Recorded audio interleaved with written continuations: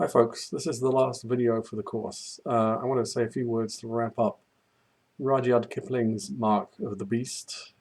The most disturbing part of the whole text is on page 94, where it says this part is not to be printed, there's an asterisk, and then it's dawn. In that gap, there's obviously torture with a hot gun barrel. They do say later that they are no longer gentlemen for doing this, but basically this is colonial violence against somebody representing India, really. So it's an extreme form of violence that that can't be represented because it can't really be acknowledged as such, and it's against somebody suffering from leprosy. So the leper is also has a communicable wasting disease, which symbolizes the people of India as infectious in some way. And the other infection, of course, is the animal, quote unquote, because the leper's bite turns Fleet into an animal, as we can tell from the way he's acting.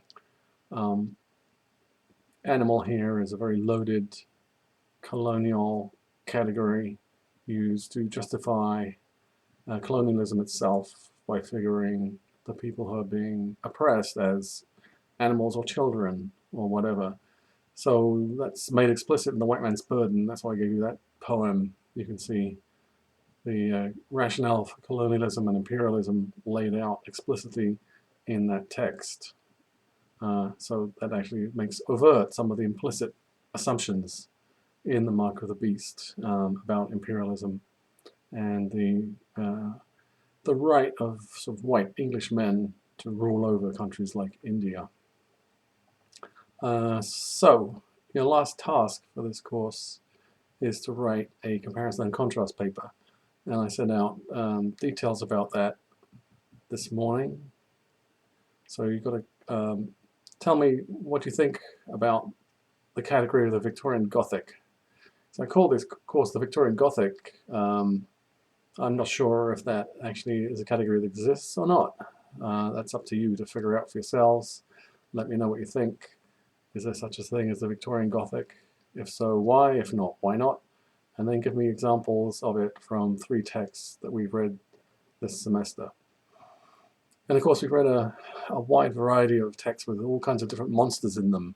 One thing bringing them all together is some idea of a monster, one of either human or the beetle or vampires, or in Mark of the Beast and Moreau, something connected with the category of the animal.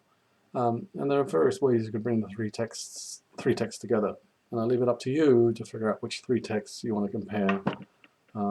It's totally like open topic in that regard. If you have any questions about it, please send me an email. On Friday, I'll have some virtual office hours. If you want to talk to me directly, send me an email and we'll set something up. I'm not going to be hanging out in MS Teams like an office, but I will be available to talk to you if you've got some questions about your final paper. So of course you can email me any questions. So that's it. This is a wrap, as they say in the industry. I hope your end of semester goes well, that you have a good break. We just had the good news that we don't have to come back until January 11th. So enjoy your extended break, and best of luck with all your final papers, and my commiserations if you have any exams. And Happy New Year. Bye now.